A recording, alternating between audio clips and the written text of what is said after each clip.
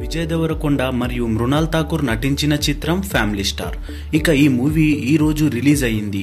ఈ ఫిలిం గురించి షార్ట్ గా రివ్యూ చెప్పాలంటే నేను మాత్రం ఈ మూవీకి 2.5 అవుట్ ఆఫ్ 5 స్టార్ రేటింగ్ ఇస్తాను బ్రో. ఎందుకంటే ఈ మూవీ రొటీన్ గా ఒక మిడిల్ క్లాస్ ఫ్యామిలీలో ఉండే మన హీరోయిన్ పరిచయం అయిన తర్వాత లైఫ్ లో ఎలా మారుతాడో అనేదే స్టోరీ. ఇక ఫస్ట్ హాఫ్ విషయానికి వస్తే కొంచెం లాగ్ గా పెట్టాడు బ్రో. కానీ ఈ మూవీలో హీరోయిన్ మిగతా క్యారెక్టర్స్ ఒక ఇంట్రొడక్షన్ మాత్రం బాగానే పెట్టాడు. కానీ సినిమా విషయానికి వస్తే ఐరనే వంచాలా ఏంది అని కాకుండా ఐరనే దించాలా అనే విధంగా ఉంది అని బయట పబ్లిక్ టాక్. మరి కొందరికి వేరే కోణాల్లో నచ్చుతుంది ఈ మూవీ. బికాస్ కొందరికి లవ్ రొమాంటిక్ అంటే ఇష్టం, మరి కొందరికి ఫ్యామిలీ మూవీస్ అంటే ఇష్టం.